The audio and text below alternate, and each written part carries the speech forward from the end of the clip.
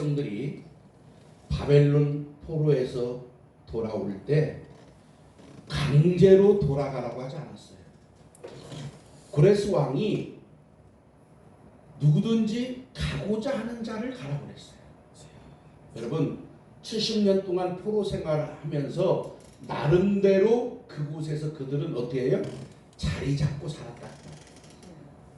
그들은 나름대로 그곳에서 자리 잡고 살았어요. 처음에는 포로로 잡혀가서 고생했지만 시간이 지나면서 그들 중에는 바벨론 제국의 관리가 되기도 하고 또 장사하는 사람도 생기고 여러 가지 사회 각계각층에 진출해서 나름대로 적응하고 살았어요. 그럼 생각해 보세요. 먹고 사는 게 너무 힘들어서 고향 산천을 떠났어요. 그래서 저 서울로 갔어요. 서울 가서 고생해갖고 이제 어느 정도 자리 잡아서 살만한데 다시 고향으로, 그것도 다 쓰러져가는, 관리가 제대로 되지 않는 그러한 집과 그러한 논과 밭으로 돌아간다고 생각해 보세요. 쉬운 일 아닙니다. 깝깝하잖아요. 예? 그런데 이들은 오직 하나, 뭐예요? 하나님께로 간다는 거예요. 하나님의 약속의 땅 가나안 땅으로 들어간다는 거예요. 그리고 그곳에서 다시 하나님의 성전을 지어서 다시 하나님 앞에 예배한다는 거예요. 그 꿈이 있었기 때문에, 그 소망이 있었기에 그는 현재에 안주하는 것보다 주를 위해서 고생하는 것을 마다하지 않고 그 길을 택했습니다.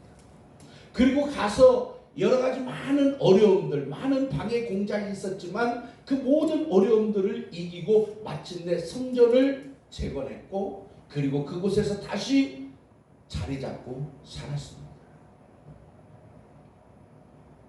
그러면서 그들에게 소망이 하나 있었는데 그게 뭐냐면 우리가 하나님 앞에 다시 재건하여서 지어서 바친 봉헌한 이 성전에 과연 하나님이 오시겠느냐는 거예요. 이유는요 있죠. 어떤 이유? 가장 큰 이유는 그들이 기억하고 있는 하나님의 성전과는 지금 자기들이 지은 성전하고는 너무나 차이가 나는 거예요. 왜?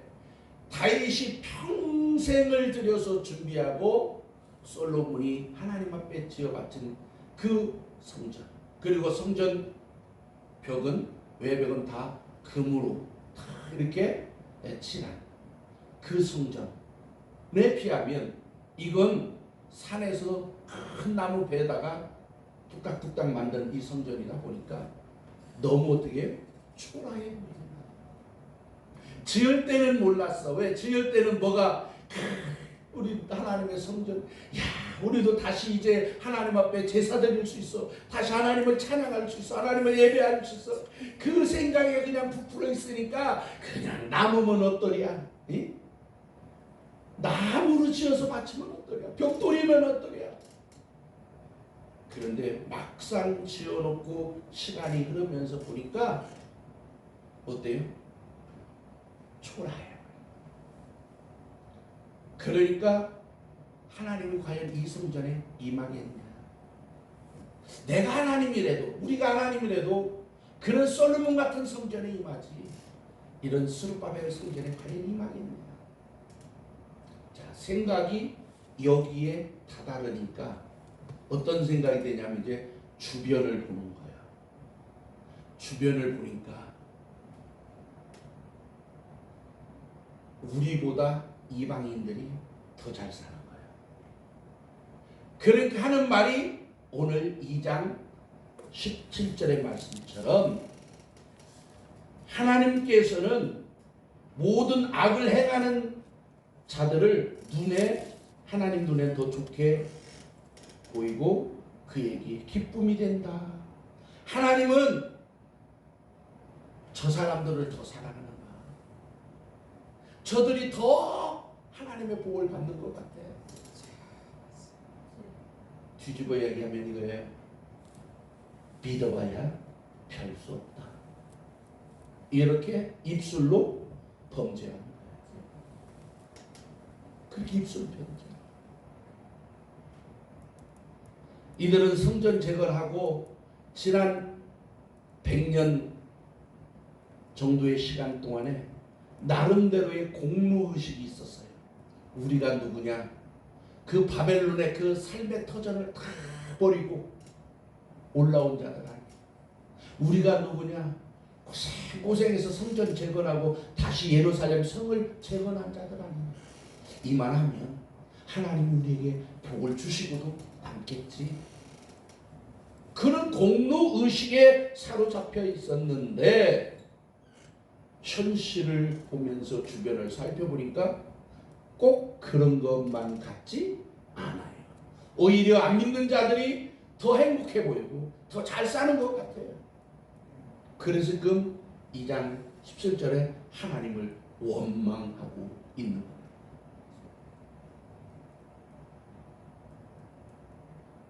그들의 원망에 대해서 주님이 뭐라고 약속하시냐? 3장 1절입니다. 다 같이 읽겠습니다. 만군의 여호와가 이르노라. 보라, 내가 내 사자를 보내리니 그가 내 앞에서 길을 예비할 것이요 또 너희가 구하는 바 주가 갑자기 그의 성전에 임하시리니 곧 너희가 사모하는 바 언약의 사자가 임할 것이요.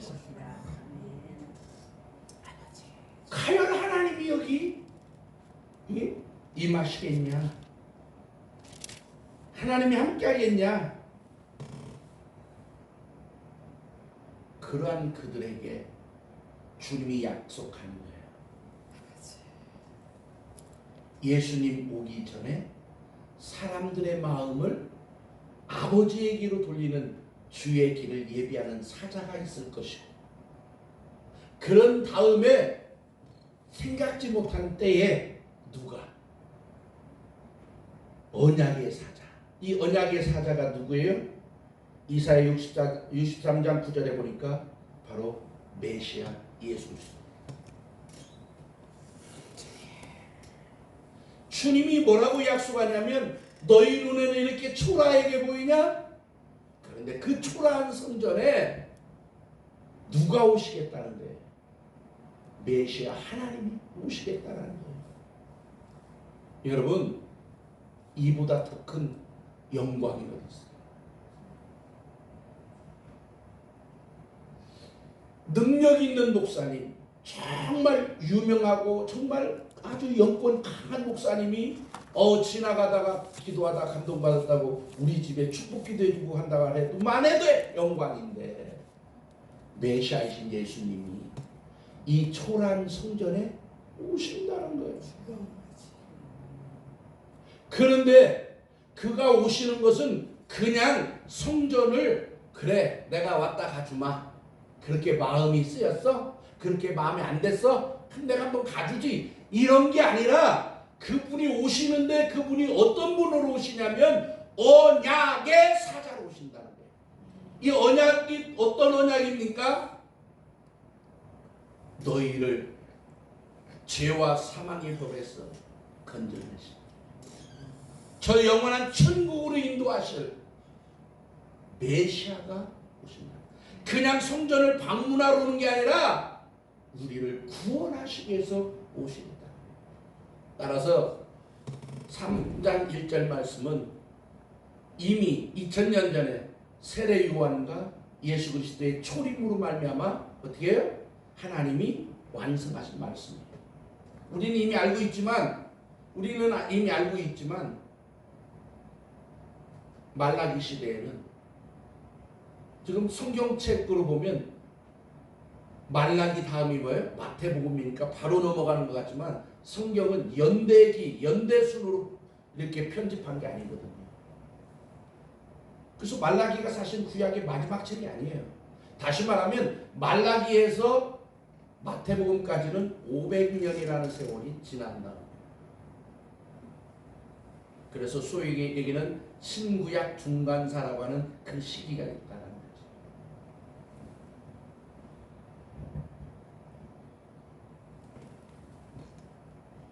가만히 돌이켜 보면 그들에게 소망이 넘칠 때는 바벨론의 그 모든 것을 다 포기할 수 있었어요. 예루살렘에 돌아와서 그 고생하는 것도 다 이길 수 있었어요. 뭐 할 때는? 소망이 있을 때.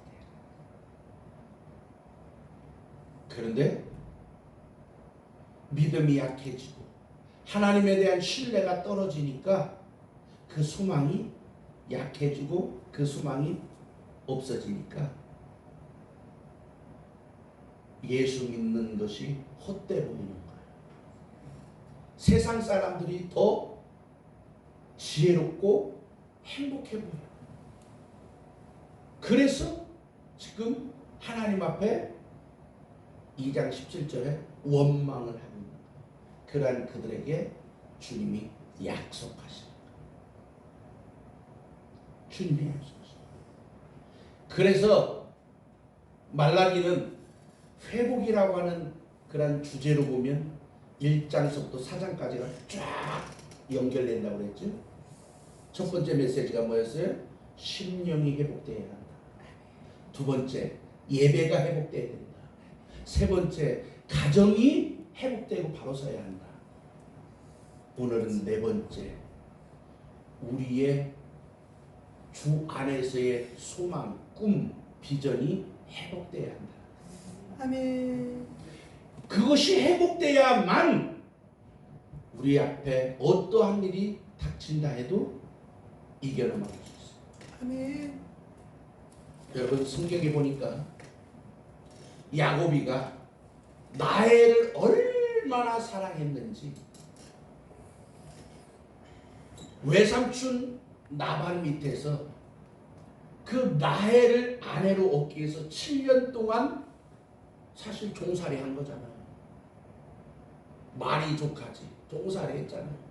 근데 성경은 아주 재밌게 표현하고 있습니다. 뭐라고요? 야곱이가 그 7년을 7년처럼 여겼다? 아니요. 7년을 수일처럼 여겼다. 나엘만 생각하니까 7년이 7년이 아니라 마치 며칠처럼 딱 지나가. 주여. 뭐 때문에? 소망. 또 성경에 보면 요셉이 있어요. 요셉. 요셉은 꿈을 가졌어요. 꿈. 그 꿈 때문에 형제들의 시기와 질투의 대상이 됐어요. 물론 요셉도 조금 지혜롭지 못한 부분도 있어요. 네? 아직 하나님이 뭔가 이렇게 보여주지도 않았는데 자기한테만 보여줬는데 자랑하잖아요. 형들이 말이야. 형만 그랬어요? 아버지까지도 다 나한테 절할 거다.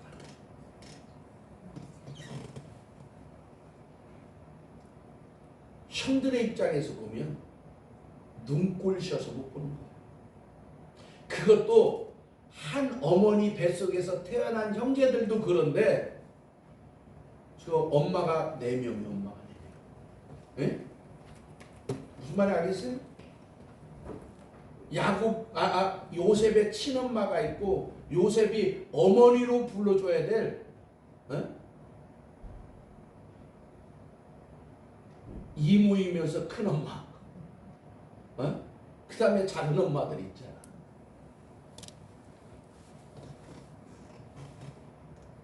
어쨌든 그렇게 그걸 했다고 해서 죽을 뻔하다가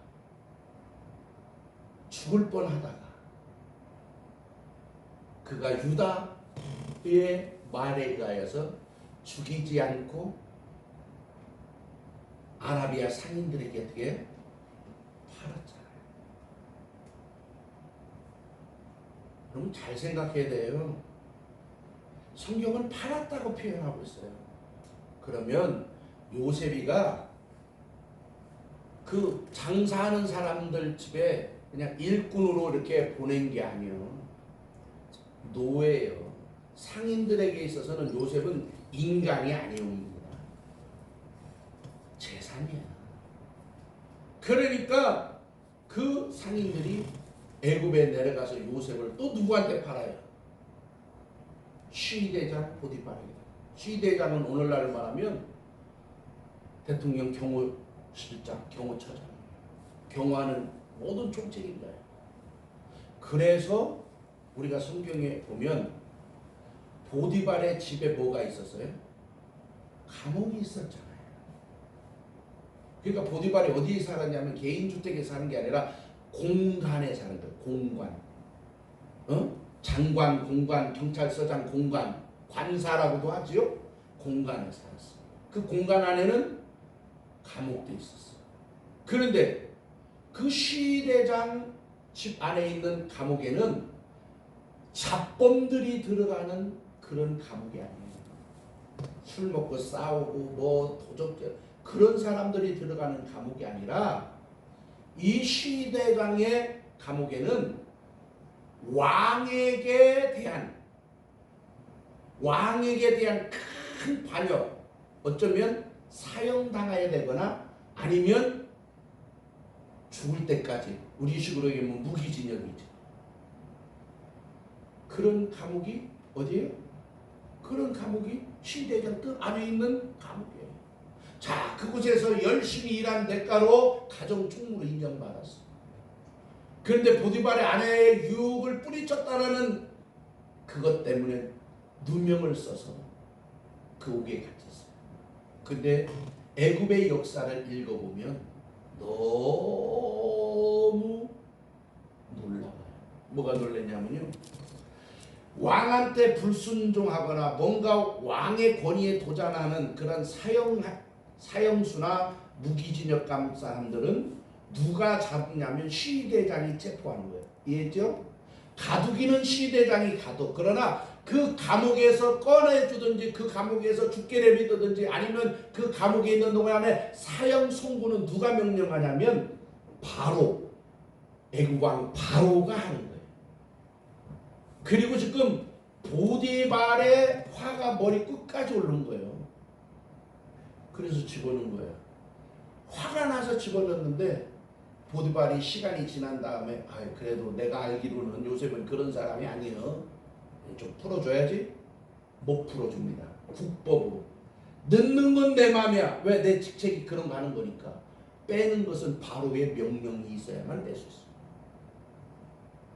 자, 그런 감옥에 요셉이 갇혔어요. 그럼 생각해 보세요. 애굽에 요셉의 편이 돼줄 사람, 요셉을 위해서 말 한마디라도 더 해줄 사람이 있나요? 없어. 요셉 똑똑해요. 이 감옥에 시대장이 잡아넣을 수도 있으나 꺼내주는 건 시대장이 못한다라는 걸 뻔히 알아.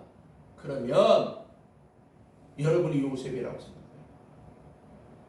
인생 깝깝한 거예요. 바로가 요셉을 어떻게 알아서 꺼내줄 거냐 말이에요. 그러니까 어떻게 오늘 본문에 나오는 이스라엘 예루살렘 백성들처럼 눈을 옆으로만 돌아보면 끝났어. 나는 내 인생 끝났어. 충분히 그럴 수 있어요. 그런데 요셉의 생활하는 모습을 성경은 뭐라고 얘기했냐면 그 옥에서 얼마나 성실했던지 그 옥을 관리하는, 우리로 말하면 교도소 소장이 살림을 맡기죠. 바꿔 얘기합시다. 소망이 없는 사람이 거기서 그렇게 성실하게 살겠어요? 여러분, 내일 사형당할지 모레 사형당할지 아니면 그냥 영원히 죽을 때까지 절대로 살아서는 못 나가는 이 감옥에 갇힌 사람이 오늘부터 내가 여기서 그냥 열심히 닦고 씻고 막 하겠어요? 지금 우리나라에 사형 제도가 있어요, 없어요? 있어요. 그러나 실제적으로 김대중 대통령 이후에 사형을 집행한 적이 있어요, 없어요? 없어요. 그러다 보니까 지금 우리나라 교도소가 어떻게 된 거 아세요? 사형수들은 빨간 명찰을 차는데 그 빨간 명찰 사형수들이 거기서 왕이야. 죽여! 수요. 왜 큰 소칠까요? 우리나라 사형 안 시키고 있다라는 걸 믿는 거야. 왜? 우리나라가 사형제도가 없는 나라는 아닌데 세계 인권 유엔 거기에 사형을 집행하지 않는 사형제도가 거의 없는 거나 마찬가지는 그런 국가로 이렇게 올라가 있기 때문에 지들이 안 믿는 거예요. 절대로 얘들이 나를 못 죽인다. 그래 믿으니까 큰소리치는 교도관한테 야! 나 회 먹고 싶은데 왜 사와? 옛날에 청송그라미는 아주 그냥 교도소 중에 교도소야. 청송의 이 감호소가. 근데 여기다가 딱 집어넣어놨더니 여기서 교도관들을 두드러 패지를 않나, 같이 안에 있는 그 재소자들을 그냥 두드러 패지를 않나. 왕이야. 교도관들도 어떻게 못해? 왜? 죽이라니까. 왜 못 죽여? 이러는 놈들 어떻게 하냐고. 자, 그런 상황 속에서도 요셉이 그렇게 성실하게, 그래서 다른 사람들 눈에 이야 감동을 줄 수 있는 그런 삶을 살 수 있는 힘, 원동력이 어디 있냐면 소망이 있기 때문에. 어떤 소망? 주님이 보여주신 그 꿈, 분명히 내가 비몽사몽 안에 보는 헛꿈이 아니라 주님이 보여주신 거야. 주님이 주신 거야. 그러면 내가 이 꿈을 이루지 못하면 주님은 어떤 게 되냐면 거짓말쟁이가 돼요. 그 요셉은 확신이 있는 거예요. 이 꿈이 하나님 보여준 게 확실해. 그리고 그 꿈이 있는 한 나는 절대로 뭐하지 않는다? 죽지 않는다. 그리고 때는 모르겠지만 반드시 그날이 올 거다. 그러니까 이겨 넘어가는 거예요. 그래서 술 맡은 관원장, 떡 맡은 관원장, 그 두 관원장을 이렇게 돌본 거예요. 왜요? 자, 둘이 어떤 죄를 져서 왕이 화가 나갖고 저놈들 당장 가더라. 갇혔어. 자, 갇혔지만 지금 왕한테 미움받쳐서 왕의 진노로 인하여 옥에 갇혔지만 이 사람의 직책, 직분이라고 하는 것이 높은 자리거든요. 아니 떡 맡은 관원장, 술 맡은 관원장이 무슨냐고요? 권세가 대단한. 왜? 왕의 목숨을 책임지는 사람이에요. 왕의 그냥 밥 해주는 그런 주방장이 아니라니까요. 왕을 독살하지 못하도록 지키는. 그러니까 교도소장이 비록 제수의 몸으로 들어왔지만 그들한테 함부로 야 뭐 너 붙다고 여기 들어오는 사람 니들 죽은 줄 알아 이렇게 못하는 거예요. 그러니까 어떻게 해요? 요셉을 붙여서 그 두 사람을 수발들게 하잖아요. 그러한 과정을 거쳐서 어느 날 그 두 사람의 꿈을 해몽해 줬고 때가 돼서 그 꿈대로 이루어졌고, 그러나 그들이 꿈을 해몽해 줄 때에 약속했죠. 내가 네 억울함을 왕에게 분명히 얘기해 주겠다 했는데 싹 잊어버린 거예요. 그런데 하나님은 바로의 꿈에 나타나셔서 정말로 희한한 꿈을 꾸게 만들었는데 그 꿈을 해석할 자가 없어서 많은 사람들이 고통받고 있었어요. 막 그 신하들이 쩔쩔맬 때 그 관원, 살아남은 그 관원이 기억하거든요. 내가 옥에 갇혔을 때 내 꿈을 해석해 준 자가 있었다. 그걸 바로에게 하니까 빨리 데려와라. 데려와서 그 꿈을 해석하니까 바로가 손뼉을 치면서 야 도장 갖고 와. 네가 이 나라를 다스려. 이래서 국무총리가 되는 거예요. 특채예요, 특채. 네?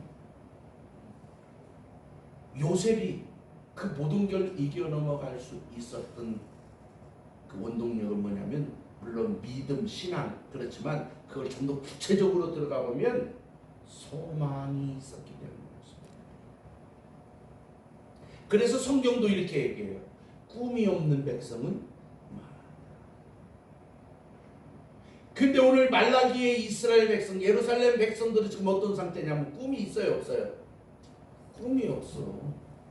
소망이 없어. 그래서 하나님 앞에 원망하는 말을 하는 것도 서슴지 않고 그냥 막 뱉어내는 거예요. 그러한 그들에게 주님께서 약속하십니다. 무엇을 약속하셨냐? 바로 메시아를 약속하셨어요.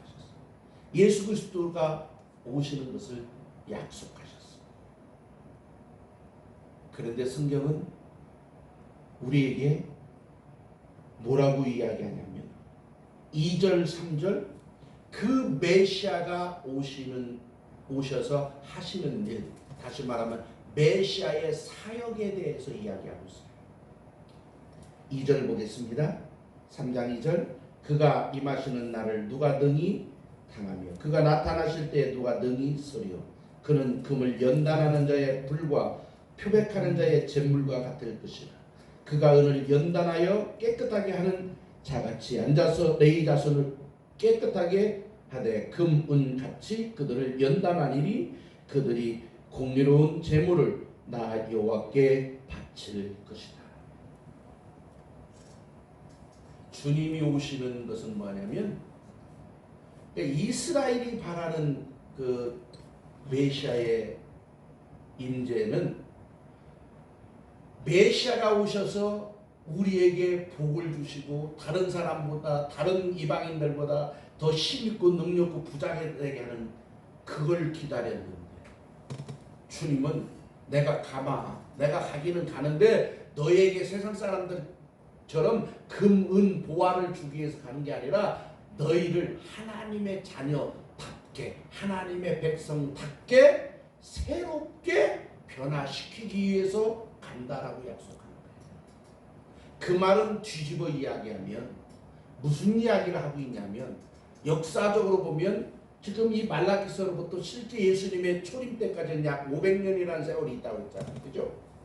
그동안 뭘 하냐? 그동안 너희는 2절 3절에 있는 말씀처럼 하나님에 대한 소망이 있냐 너희들?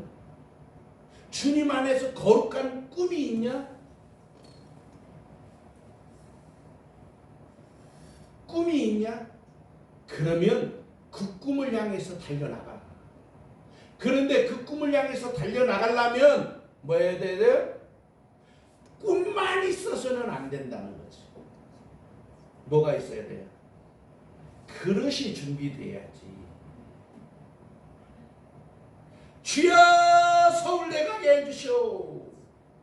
그냥 태어날 때부터 안수하고 그냥 기도만 쎄 빠지게 시켰어. 공부 한 번 제대로 안 시고 학원 한 번 안 보내고 공부하는 거 봐주잖아. 그냥 너는 서울대 가려면 그럼 가요? 서울대 보내내도 걔는 거기서 낙제돼서 돌아와. 여러분 서울대학교에 1학년 입학해서 엄청나게 많은 애들이 나 공부 못 따라가겠어요 하고 포기하고 내려오는 애들이 1년에 얼마나 많은 줄 알아요? 그래서 한 3년 전부터 서울대학교에서 12월 달 합격자 발표하고 나면 개강할 때까지 1월, 2월 9달 동안 교수들이 특별 보충 수업을 해. 서울대학교에서 공부 따라오려면 너희가 고등학교 때 배웠던 거 아주 수준 있는 데에서 배운 거야 되라고 저 시골 학교에서 배운 애들하고 수준이 다르잖아요. 여러분 강남에서 자기 반에 10등하고 이런 시골에서 자기 반에 1등하고 1등이 더 잘하는 거 같지? 아니요. 실력이 그게 다예요. 벌써 이 수준이 다르다니까.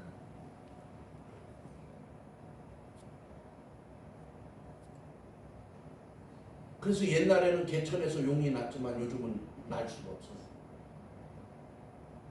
자, 오늘 본문으로 다시 돌아오면 소망만 있다고 꿈만 있다고 비전만 있다고 되는 게 아니라 그 비전을 품을 수 있는 뭐가 돼야 되냐면 그릇이 돼야 돼요.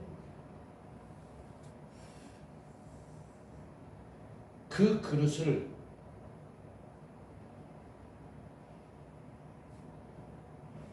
그 그릇을 만드는 방법이 뭐냐는 거예요. 그 만드는 방법을 지금 3장 2절에 불과 잿물이라고 하는 걸로 설명하고 있어요. 그 불과 잿물이 뭘까요?